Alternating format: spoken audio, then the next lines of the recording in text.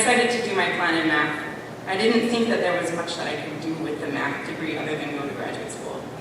And I've since learned that that's not true. But at any rate, for me, grad school, I think, was the right decision. And since I knew what I wanted, that meant that Matt and I could plan a curriculum that would get me there. So I wanted to study math broadly and, of course, focus enough so that I could find my plan. And to be honest, I was nervous that coming from Marlboro would put me behind my peers at other institutions, especially because we don't have grad level classes here. But anyway, I worked hard, and I mean really, really hard. Right? And I graduated, and then I took some time off. And during that time, I took a course at UMass Amherst, and I taught a course at the Community College of Vermont, just to be sure that going into academics was really what I wanted to do.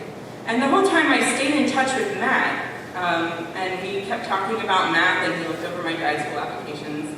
And then when I got into grad school, Matt and I really kept in touch the whole time, all through graduate school.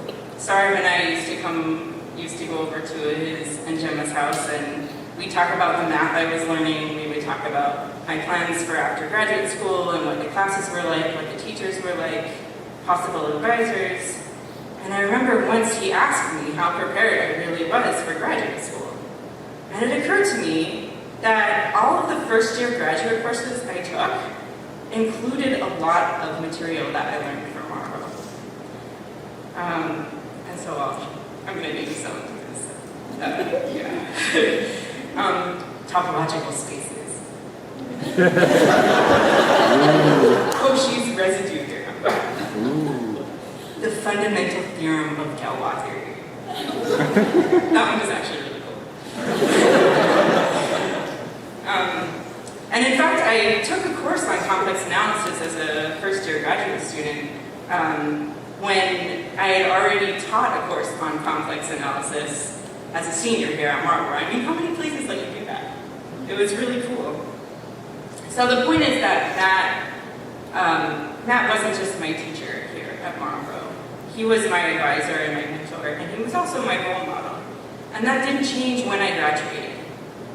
Matt and his family have essentially become part of my family now, and the same is true of Sarv's advisors, Tim and Kathy.